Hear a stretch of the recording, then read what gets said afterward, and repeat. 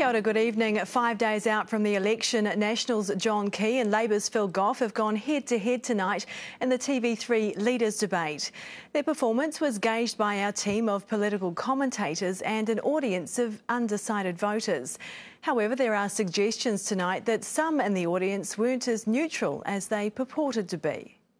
Welcome to Decision 11, the Leaders' Debate. The main players were Nationals' John Key and Labor's Phil Goff, but you'll spot the other participant hugging the bottom of the screen, the worm employed to reflect the perceptions of 65 voters who declared themselves uncommitted, and the worm liked Goff. We've got to make sure that every child has a decent home to grow up in, has the ability to get to the doctor when they need to. I talk to people in my electorate that say, if it's after hours, I can't afford to take my children to the doctor. That's wrong. And we've got to make sure that educational opportunity is equal for all. But Goff didn't touch on touchy Labor policies like capital gains tax and raising the age of superannuation.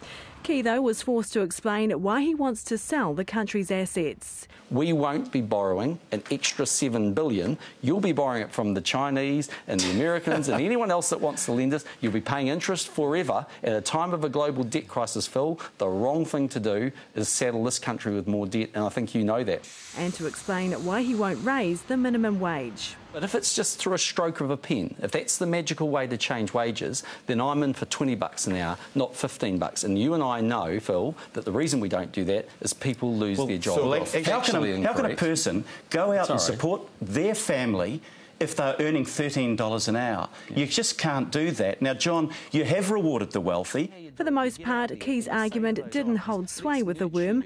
There may have been a reason for that. The undecided audience was reportedly infiltrated by Labor Party activists. Even the studio audience, who looked like a bunch of greenies when we saw a picture of them at the beginning, they seemed to turn from left wing to right wing as the programme went on.